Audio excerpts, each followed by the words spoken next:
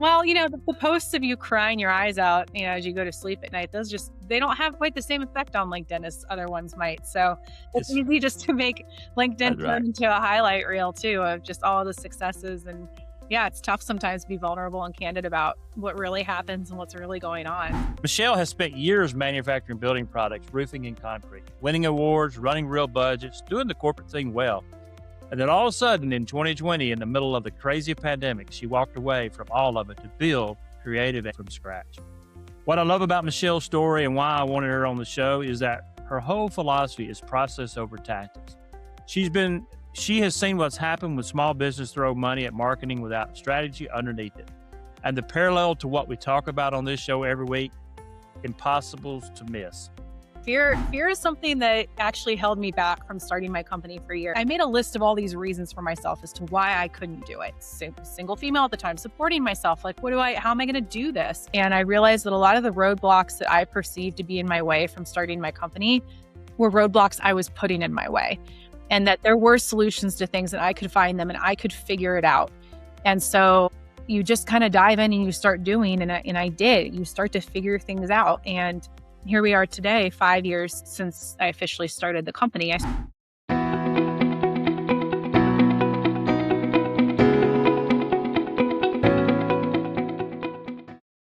Hey, welcome back to Process Over Pressure, Chad Paris. My guest today is someone I've known for over 5 years, Michelle Miller, president and founder of Creative, a B2B marketing strategy firm based out of Wooster, Ohio. And before we get into the story, I want to be straight with you. Michelle has been a friend of mine and helped me on several projects over the last 3 companies that I've been at. So this really isn't a cold interview. This is more of 2 friends sitting down and really talking about the shop. And I think you guys will really enjoy that. Michelle has spent years manufacturing building products, roofing and concrete, winning awards, running real budgets, doing the corporate thing well. And then all of a sudden in 2020, in the middle of the crazy pandemic, she walked away from all of it to build Creative from scratch. What I love about Michelle's story and why I wanted her on the show is that her whole philosophy is process over tactics. She has seen what's happened when small business throw money at marketing without strategy underneath it. And the parallel to what we talk about on this show every week, impossibles to miss. So today we're going to get into the lessons and the truth about building something real when nobody's watching. Michelle, welcome to the show. Thank you so much for having me, Chad. That's a heck of an intro. I appreciate it. Excited to be here. Absolutely. Well, I have been actually really had this circled. I've been looking forward to this interview because we have known each other and we've had a relationship as far as being friends and colleagues and actually worked on several projects together. And so I know your heart and your work ethic and what you do personally.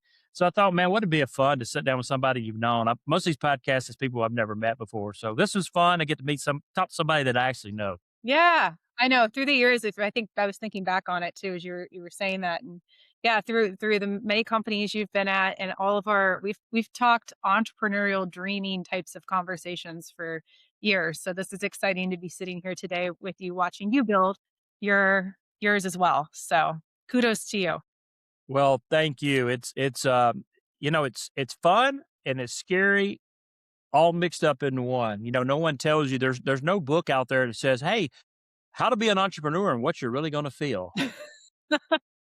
So, you know, they just don't talk about that in business class, do they? Yeah. Well, the posts of you crying your eyes out, as you go to sleep at night, they don't have quite the same effect on LinkedIn as other ones might. So it's It's easy just to make LinkedIn That's turn right. into a highlight reel too of just all the successes. And yeah, it's tough sometimes to be vulnerable and candid about what really happens and what's really going on. So thanks for opening the door and encouraging that level of authenticity and vulnerability. Yeah, I think it's important. I think when we look at anybody out there that's starting something new, and it's like anything. It's there's some there are ups and downs, and there's some scary times. And I've talked to enough entrepreneurs to know that one of the things that keeps a lot of people from doing it is fear. Hmm. And maybe you could share when you know leaving corporate America, you had a really good job. It's not like you didn't have a really good job. Very well known, established, making good money, and not only on top of that, but we're in the middle of this pandemic that nobody knew what was going to happen. And You was like, well, you know what? I don't have enough pressure in my life, so let me just start a new business. Right. I know, right? Like, I don't know if I'm insane or smart or somewhere in the middle. No, it's interesting. Fear is something that actually held me back from starting my company for years. So I had kicked around the idea probably 2018 is when I really started to seriously consider it. So I'd gone back and I made a list of all these reasons for myself as to why I couldn't do it. Initially, it was I don't have enough experience in general. I was in my early 20s. No one will take me seriously. Then it was I don't have my MBA. I need to go get my MBA. Then it was I don't. I mean, there was like just keep making the list. I don't know how I would process paying myself. I don't know how I do my accounting. I don't know how I'd pull an insurance policy. There were just all these like I don't know, I don't know, I don't know. And oh, it's so risky. I have a mortgage. I'm single female at the time, supporting myself. Like, how am I going to do this? And so, and I started listening to podcasts as I was driving to and from work this would have been 2019. I had about a 45-minute commute right before the pandemic hit. And I used to listen to these entrepreneurial podcasts driving to and from work and thinking, I got to do this someday. Like that, the drum started beating louder in my head of like, this isn't really an option anymore. This is something that I feel like I'm being called to do and pursue. And then the pandemic hit. So there were just a lot of things that happened along the way. I come from my family's entrepreneurs. My parents were in business together for years and years. Which shout out to them. I know not a lot of people would be capable of going into business with their spouse, but they did for years. And then they also had their own businesses too separately. So it's like, And they still like each other. and they're still married happily. Yeah. Yeah, Yeah. Like, crazy. Yeah, they just that's made unheard of. 40 years. Yeah, I think, is it last year they celebrated 40 or something like that? So yeah, but you asked the question about fear. So our brains are wired to be afraid and think of the worst possible outcome. And I worked with Christine Hockman, who was my coach at the time. I did a 12-week program with her on mindset. And I really started to learn about fear and limiting beliefs. And I realized that a lot of the roadblocks that I perceived to be in my way from starting my company were roadblocks I was putting in my way, and that there were solutions to things and I could find them and I could figure it out. And so you just kind of dive in and you start doing, and I did. You start to figure things out. And here we are today, 5 years since I officially started the company. I started doing some consulting on the side while I was still full-time employed and then finally made the leap. But one of my favorite analogies that she gave me is she was like, "Do you like kayaking?" I said, "I love kayaking." She's like, "Have you ever kayaked down a river?" I'm like, "Absolutely, I've kayaked down a river. So fun." She's like, what do you love about that?" And I said, "Well, it's when you come to the corner and you start to go around the corner and you start to think like, what could be around this corner? Are there rapids? Are there going to be deer drinking water? Is it going to be a bunch of drunk people partying in their inner tubes I'm going to have to try to navigate while getting a beer thrown at me? I mean, what am I going to be navigating here? I don't know, but that's the thrill of it. That's the fun of it." Yeah. So it's like when we start to look at fear that way of like, well, what if instead of everything fails, what if it's all better than you ever could have imagined? What if it's the most beautiful thing and the coolest experience you've ever had in your life versus just looking at it from a what if it all falls apart and what if it's terrible, which is how we're wired to work. True. That's so true. I always have this kind of thought in myself is, every roadblock or every obstacle is either a real roadblock or it's one that we have put in the way from our brain or thinking, right? It's either Mhm. a real roadblock or it's one that we've imagined. And I think what I have realized is we've all had roadblocks, but starting a company and starting that job, the words that come into my head is it's not going to be successful. You're not going to make any money. You're going to go broke. You got to feed your family, all those things. And I have to really stop some days and have my quiet time and think, is that real roadblocks or is it roadblocks that my brain has put there? Because you're right. We're wired to always the negative. What if we love to know, like if we all came into this world, we could tell the future, we'd all be happy, but it's just not reality. Right. No, it's not reality. Another one of my big ones was, oh, other people already out there doing that. There's not a market for this or my business.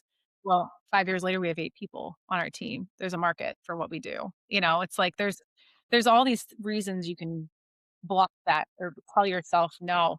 And it takes a long time to rewire those neural pathways in your brain. It There's no does. shortcut. Yeah. So why creative? How did you come up with that? And what is it that you do? Or what is it? Why are you doing what you're doing? Yeah. Well, why Creativate? Michelle Miller Consulting felt a little boring as a name, so didn't do that.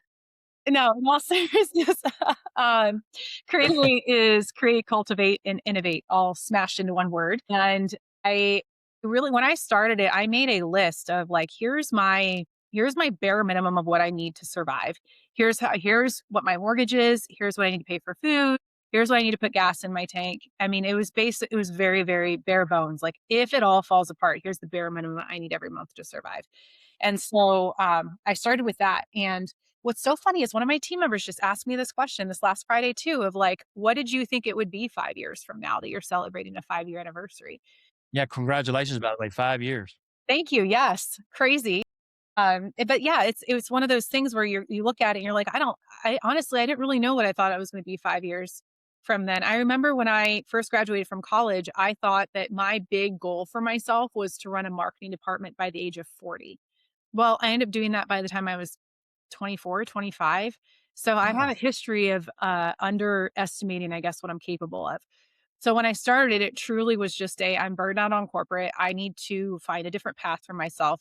I'm going to do something different. I'm going to try it. It's very low risk. It was just me and my laptop. And, if it doesn't work, well, then I can always go back and get another job in corporate and watch I the see it. soul slowly leave my body every day. But still, I can at least have enough money to cover my expenses. Yeah. No, that's so great, and, you're right. You're sitting here now, it's been 5 years, which I can't even believe it's been 5 years. Like, it's like, where did the time go? Wild. I'm new, to this, and, I'm sitting here going, "Man, what is it gonna be like at the end of this month?" Like, that's just about as far as I can look because I can't even think about a year.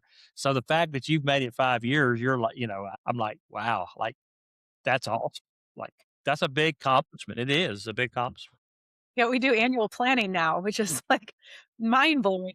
But we do. Yeah, we do annual planning because I don't take it lightly. We've got a lot of companies that rely on my team members for, us to support their businesses and to support their families and their livelihoods. And, I support my team too. So I don't take it lightly. So yeah, we do annual planning and we got to make sure we're right size and we're ready to support our clients. So how many you started with full tank of gas, belly full, Yeah. and your own. And now how many people do you have? We have 8, including me. I started out slow. Last year was a big year. We added 4 more people in the second half of last year, and that was a big jump to make. Yeah, that was a really big jump to make, but it was exciting because it meant we added additional not only just additional clients, but additional capabilities for our existing clients too. So some of the skill sets that we added to our team really allowed us to continue to level up, which I always want to be in an endless pursuit of optimizing and making things better and growing and iterating. So that really helped. Well, one of the things that, you know, I I would be I would miss the boat if I didn't talk about is that, you you're a young female, started her own company. Young, thank you, Chad. Yes. Yeah, very young female, very young. And, yeah, you started your own company. So and not only that, but your whole company is females. You've built a B2B business, female owned and female employed. And look, that's something I know a lot of people shy away from talking about or like, I think that's awesome. And I think something to be very proud of. And I know it's probably weird coming from a guy saying that, but I think it's something to be very proud of because look, be honest, it's harder as a female. I'm not a female. It is. I'm just being honest. And so, what was that like for you as a female starting her own business? But not only that, but the employees that you have placed in that is all female. I think that's worth talking about. I think that's really cool. I I appreciate you acknowledging it and saying it. I've always said too, I was on a women at it was back at Warren Rupp. I was on a women at Warren Rupp, which was a company I worked for, committee. And Yeah. I always was a big fan of initially they were like, no, this is like a women's only thing. And I'm like, time out. We have to have male advocates in order for this to work. So I'm a big fan of like, let's just talk about it and everybody needs to be aware of it. So we are a certified woman owned business. I'm 100% owner. So therefore it's 100% female owned. We have the WeBank, the national designation. We went through that process. But ultimately, as the company started to grow, I realized the model of my business is a really great opportunity for women especially to be working because we're all remote and a lot of the work that we do, I mean, we have meetings and things like that, but you can kind of control more of your own schedule. So we have a good chunk of our team is working moms, a lot of them with young kids. So they're That's able awesome. to get their kids on the bus and go get them off the bus at the end of the day. And they can be there and they can go to the school programs and go to the school events, which is really funny that I ended up building a business that's very like mom friendly, considering I'm not one. Dog mom. Sorry, guys. You're a dog mom. Dog That's a mom. mom. A little different than raising the humans. But yeah, What? some days. Uh, it is kind of funny to me that that's the direction that the business went, and it certainly wasn't intentional. I did not make any decision at any point to say this is going to be an only female company, Yeah. but it truly was just as we were looking to hire and expand. And I would ask my team, where did, do you know of anyone that would be a good fit for this company? Have you worked with anyone before? Is there been anyone that you would love to work with?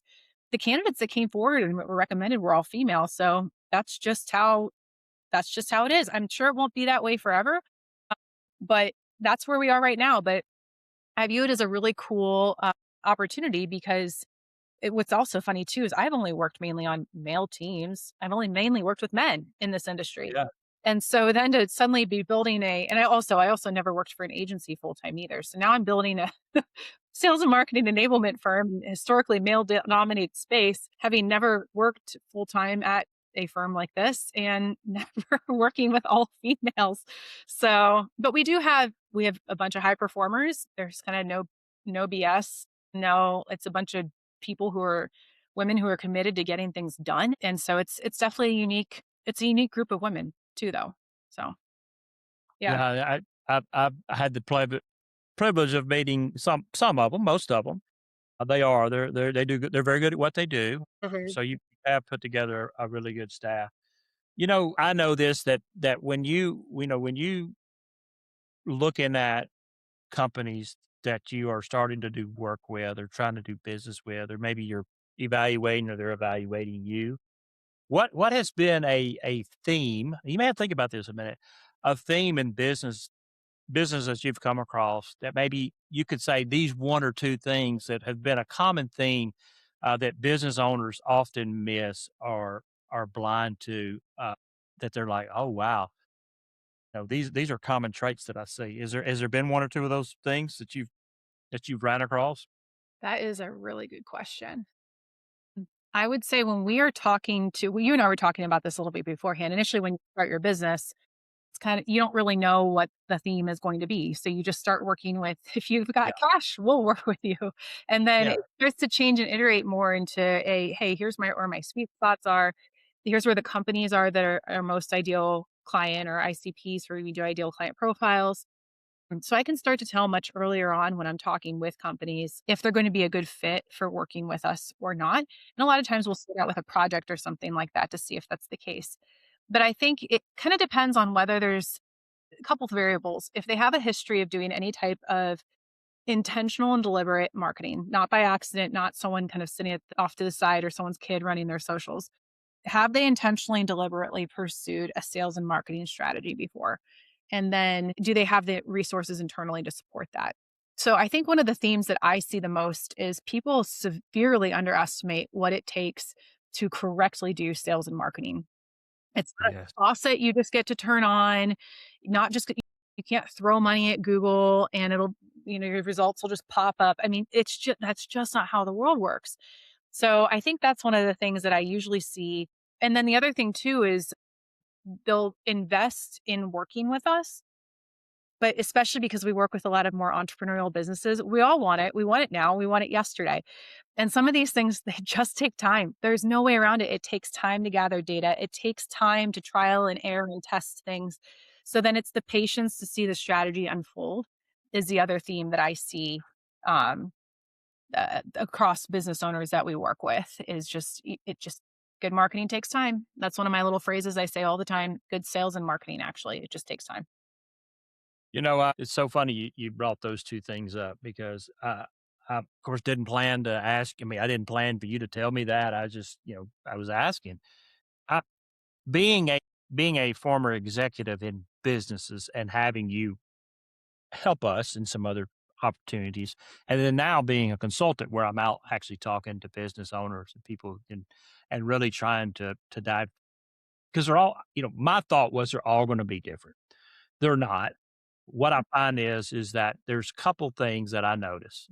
One being uh, a lot of the smaller entrepreneur businesses, there's not a, they don't have, maybe there are 10 or less people in their business.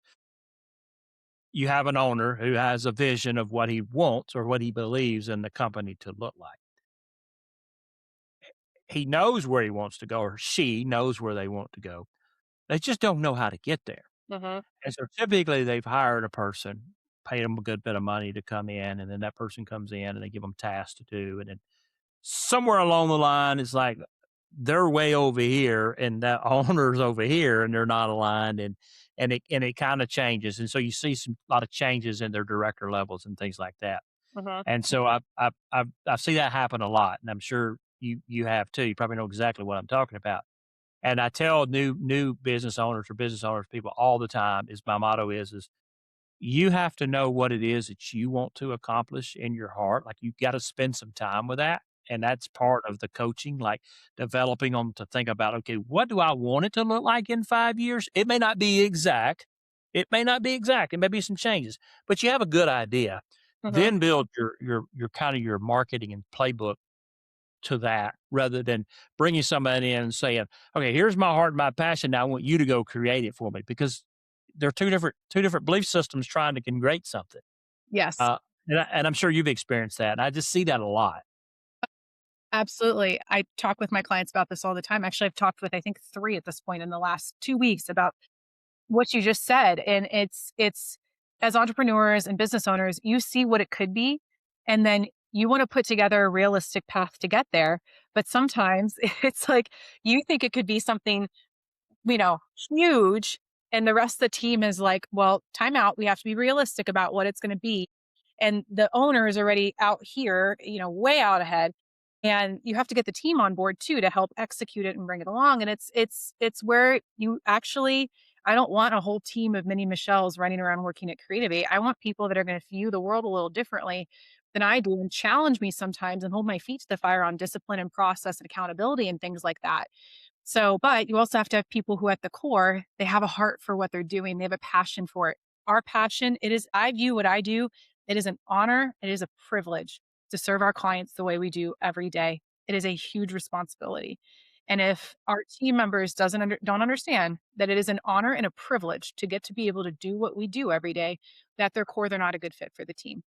But when you're all operating from that same mindset, then you can have those really intense conversations and those really deep discussions where you sometimes butt heads but at the end of the day, you're all on the same train going in the same direction. You're not going in all different directions. Yeah, no, I agree with you. I told one of my clients that they said, "Listen, you know, I think of your company.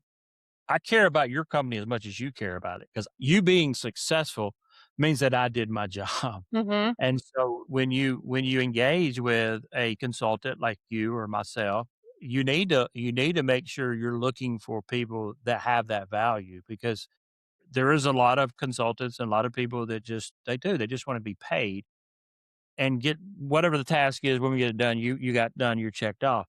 And I think that companies are missing it when they don't find the people that like really take it into themselves to say, man, helping you grow is that's the part that I loved as an executive and one of the reasons why I got out of it is I love to help companies grow. I love to see them be successful. Like that is the most rewarding thing. I think that's my gift to be able to give is to see people like companies grow and have that success. Like I love it. I think that's like just so rewarding to me. And I think that's to me is the right mindset that you should be looking for when you're thinking about somebody to bring on like yourself onto the team is like, what is your passion for this project? Like, is it Mhm. a project that you have passion for, or is it just like, yeah, I'm just kind of here. I'm going to go through the motion. And that's where I'm really grateful for my upbringing because with my parents being entrepreneurs, all I knew was a business owner like mentality. So even when I worked in corporate, I was still approaching every single one of those roles I had. Every budget I was given, every dollar I intended to spend, I treated it as if it was mine, as if it was my business and it was my decision to make.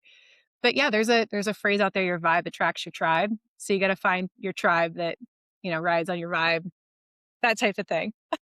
Oh, yeah, yeah, yeah. So Michelle, just because, we have people maybe that's listening to the show and they're like, I could use some help, but I don't really know what a consultant does. Like, I don't even know what that is. Like, cause we all think of the word consultant. Like, I mean, let's be honest. Everybody thinks consultant, they think money. Oh, it's Mhm. going to cost me money. That's all they think about. Like, oh, it's going to be expensive. And in some cases, it could be true depending on who you hire, right? Because there is people that's going to be way, way expensive. But for somebody out there that maybe listening is like, I know I need some help, but I just don't know how to get there or engage. What would you tell them? Need some help, like they're looking to bring someone into their company, or need some help, like I want to get started with my company. Well, they're an entrepreneur and they have a company today and they're like, I know I need some work or some help. Got it. Because as an owner, you can get to a place where you're so overwhelmed that you are absolutely like you can't even move forward because you're so overwhelmed with stuff.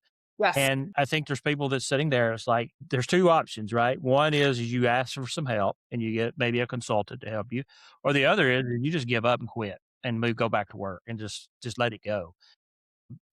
Because when we are owners, we think about every dollar that I spend outside of that is dollars that I'm going to lose for my business.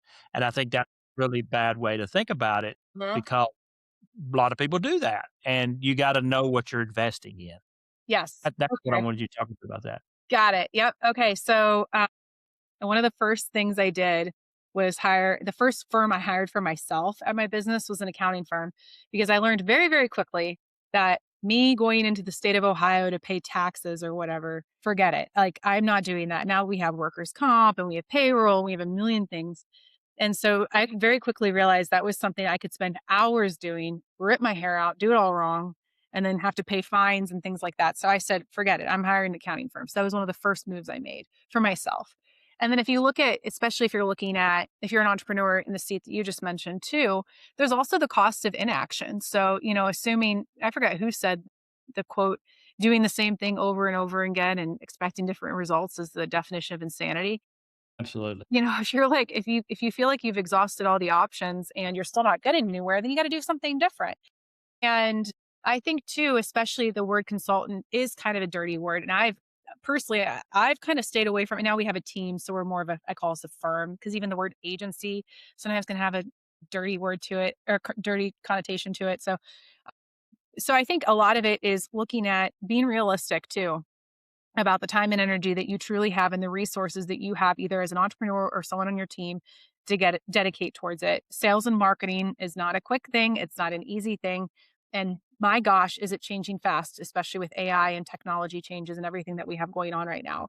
So it's one of those things you can't kind of half heartedly do and expect to see amazing results. The odds of going viral if you have a consumer product and or influence, it's just so small. You have to have a really intentional and deliberate strategy. And then you also have to be realistic. So you got to find someone who aligns with that. Like we know exactly now who our ideal client profiles are for my company because we've been through that iterations. I've worked with some companies that are not a good fit and seen what happens there. So find someone who's a good fit for your company. And just because someone recommends them doesn't mean they're going to be a good fit for your company too. And then the other thing too is try it out. Try a project. What's the worst that happens? It doesn't go well and then you don't have to work together for forever. Don't go sign like a 3 year or 5 year agreement or something like that. Try it out, see if it's a good fit. Sometimes you can have two really talented people working together, but their personalities just clash and then nothing gets done. So find someone who's a good fit for you and understands the direction of your company and you really feel like can be a partner to help get you there. And And I what if it's better than you ever imagined? What if it doesn't all fall apart? think, I mean, I think, it's great advice for people that are listening.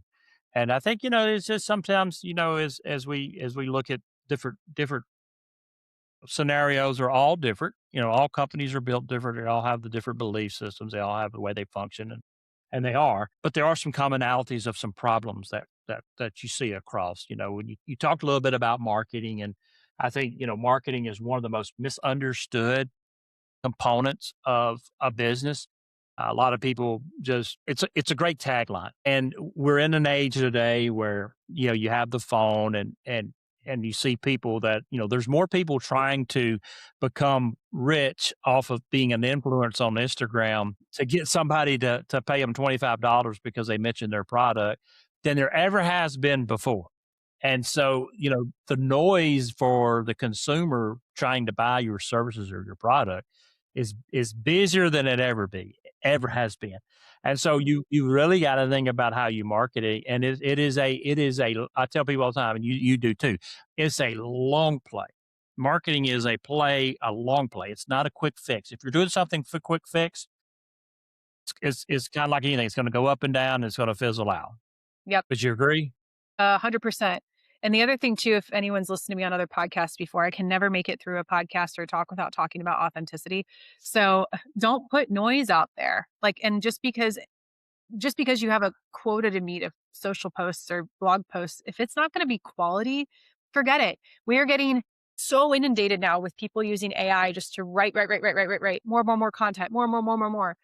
And so when we find something that's really deep and real and meaningful, it resonates so much more. And I think that's why we're seeing the rise of some more traditional marketing efforts. I mean, in-person experiences are on the rise this year.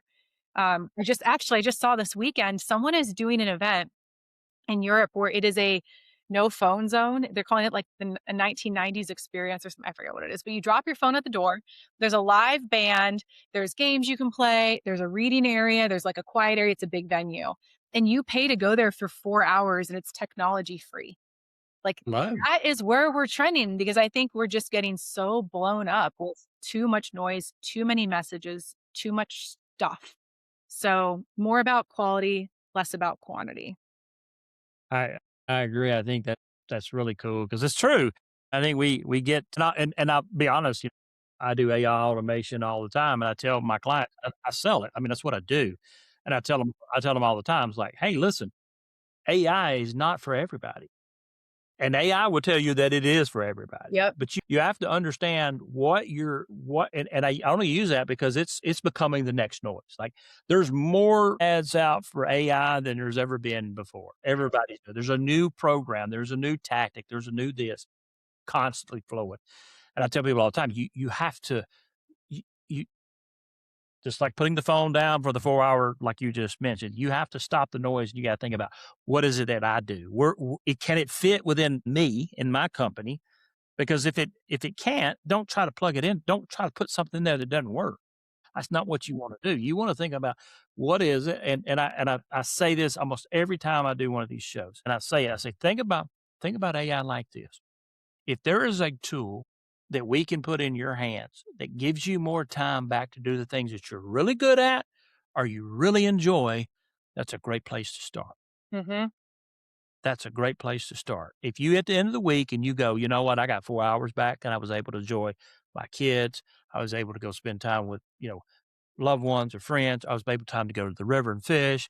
I was able to go, whatever that is. If it gave you that back, it was a great investment because you cannot get enough time. Right. Time's the one thing we can't make more of. That's so, yeah, how can you use it as wisely as you can? But I think the AI piece of it too is understanding it's not a lot of entrepreneurs, they want it to go in and just do everything. And you think it's going to do everything. And it's not. You have to find one very specific area in your process that you can automate. And then you can start to grow it and scale it. But it's not something you're just going to come in and just broad sweep implement. That's a terrible idea, actually, and a good recipe for failure. I think I mentioned the reason I mentioned the two. We talked about marketing, talked about AI.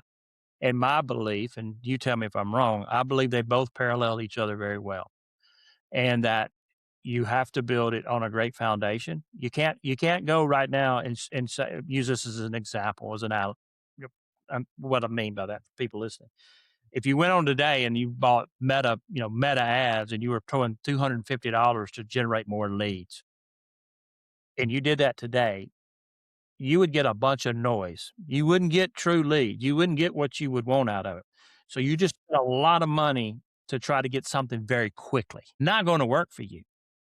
Same thing with AI and marketing. Once you build that foundation, you can always add as you process through it, but get really good at what you are and how you do it with your AI or your marketing and work those things at the same level and then grow them as you develop that skill, start to see, oh, this is working. This is moving. That's why I always say, I think they parallel very well because everybody's thinking about, I want to implement this today to get like way beyond reality of what they can get out. Hmm. Oh, and you and I were talking too before we started recording about you can't automate something that's not already documented. So if you don't already have your processes documented, you can't go through and automate them. So being realistic too, back to being realistic, it's tough as entrepreneurs to pull our heads out of the clouds sometime and be like, all right, here's where we're at today. Here's the reality. It's back to basics on all of these things and then not losing the human connection through all of it. There's still the noise that's out there now just creates even greater opportunities for companies that really understand what human connection looks like. And those are the companies that I think are going to do the best. They can still have tons of AI and automations in place on the back end, but not missing those touch points where human connection can bring value is going to be huge.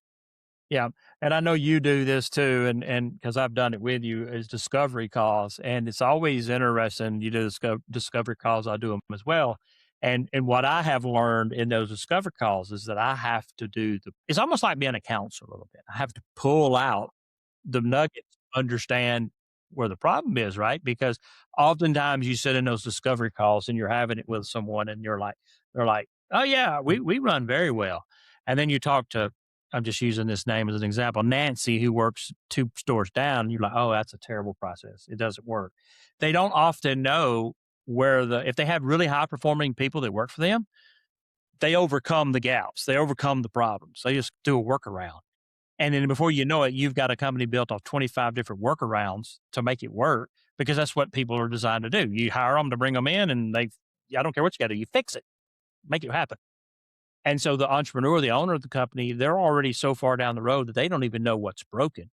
And so when you ask that question, they're like, I don't think anything's broken. And then they go, I says, so I always tell them we should spend some time talking to the entire team about specific job duties that they have before you do that because they don't know.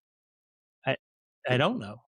That's so funny you said counselor because I've jokingly said we're corporate therapists. Because a lot We of times are. when you go and you start asking these questions, you're starting to peel back layers of the onion and you're finding things that people didn't even know were a problem. And as you start to do these interviews, you start to talk to people, even if it's something very, very simple, like give me your documented sales pipeline. I mean, those types of things, you'll find out that your 10 team members are all have their 10 variations of a sales pipeline and how they look at it. And then you have to have some serious conversations about making sure it's cleaned up and documented. So again, it's like back to that mindset piece. It's about looking at it not as like everything's broken, it's all going wrong. It's more, look, I hired people who are problem solvers and doers. There's a lot of wonderful things that come with that. Unfortunately, though, sometimes that means now I got 10 cowboys in the wild, wild west, all going 10 different directions. So I got to wrangle them again. And this is an opportunity for us to formalize this process that will empower us to go and scale again, which is really exciting. So rather than looking at it as like it's all broken, it's all these are opportunities we have to that have presented themselves for us to fix to empower us all to be better at what we do and serve our clients better at the end of the day. Yeah, it's so crazy to me, and I've been on both sides of it now. I mean, be in, and I'll tell you, being a corporate American and working, you and I worked on projects where you have people above you or people that they want reports today, like they want them today Yeah. or yesterday, Yesterday. and they've gotten it to a point where they've kind of neglected the last 4 years of stuff until they're like, okay, now I wanted a report. And it's like, you know, there's so many parts and pieces that have to be built out. And if you don't build those parts and pieces out correctly, an example, I don't care if it's a CRM, I don't care if it's a marketing tool, I don't care if it's an AI automation. If if the foundation is not properly put together, it doesn't matter what you just layer you all you're doing is layering more problems onto things without really getting the foundation built. That's a biblical principle too. A house built on sand will fall. You to build it off a solid foundation. Sometimes it's not fun. It takes time. It takes discipline to lay a strong foundation, but it will be, it might be painful, but at the end of the day, so glad you took the time to do it the right way the first time Yeah. versus sledge So good. later. Yeah. Well, Michelle, for those that are, I really appreciate we're getting close to our time. I can't believe it's already been like 45 Gosh. minutes. It's kind of Okay. going by fast. Crazy. But this has been really good. I really have enjoyed you coming on. But for people out there that are listening that may, maybe, looking to have somebody help them, reaching out to you, what would you, Could you tell them, hey, how can we get a hold of Michelle, who you are, how we get a hold of you, all that fun stuff? Yeah. So if you're looking for a company to help you with your, we call it sales and marketing enablement. So making sure that your sales and marketing strategies are aligned and getting you towards your growth goals, then we're a good company for you. So it could be HubSpot and CRM implementations. It could be graphic design, could be trade shows, could be marketing planning and strategy. We have a really talented team, and so we can pull in the best and the brightest to help support you and get you to your goals. If you go to growwithcreativate.com, that's our website. If you want to go check us out, we're also pretty active on LinkedIn. And then you can also connect with me on LinkedIn. That's another good way to get a hold of me. Michelle Miller doesn't really narrow it down, but it's Miller MK. That's an easier way to You go. through my handle. Well, Michelle, thank you. And people may be going like Chad, don't you own a consulting company? Now you've got somebody that does Hey, consulting on here. Chad, what do you do? Yeah. What's she doing? But isn't that funny? Because this is the way I know I've known you and myself too, is I'm not the be all end all for everything. And I think it's important to align your theories with people that you believe in. And I believe in Michelle and what she's doing, and I know who she is as a person. I'm not afraid. I don't think we really do a lot of the stuff that's the same, but we probably work well together on different avenues that we're probably got expertise in. And Absolutely. so I wanted to have Michelle on here because, I don't look at her as a competition. I look at her as a friend who's known the business, who's been around the business, but also, it's a big, big world. And I think if you're really doing it for the right reason, you're trying to help companies. If you really want to help companies, you're willing to have these kind of partnerships like we have so you can have these conversations because um, just like a therapist, I'm gonna go back to a therapist. They only tell you if you don't know this, this is a little nugget for all of you out there. If you don't go to a counselor or a therapist that has their own therapist, you need to fire them because every good therapist has their own therapist, and that's the truth. True. It's true. Guys, thank you so much for being on today. It's been an awesome show. Again, Chad Paris, Stonefly Consulting. You can check me out on my website at stoneflyconsulting.com. Thanks. Have a great day. Thanks, Chad.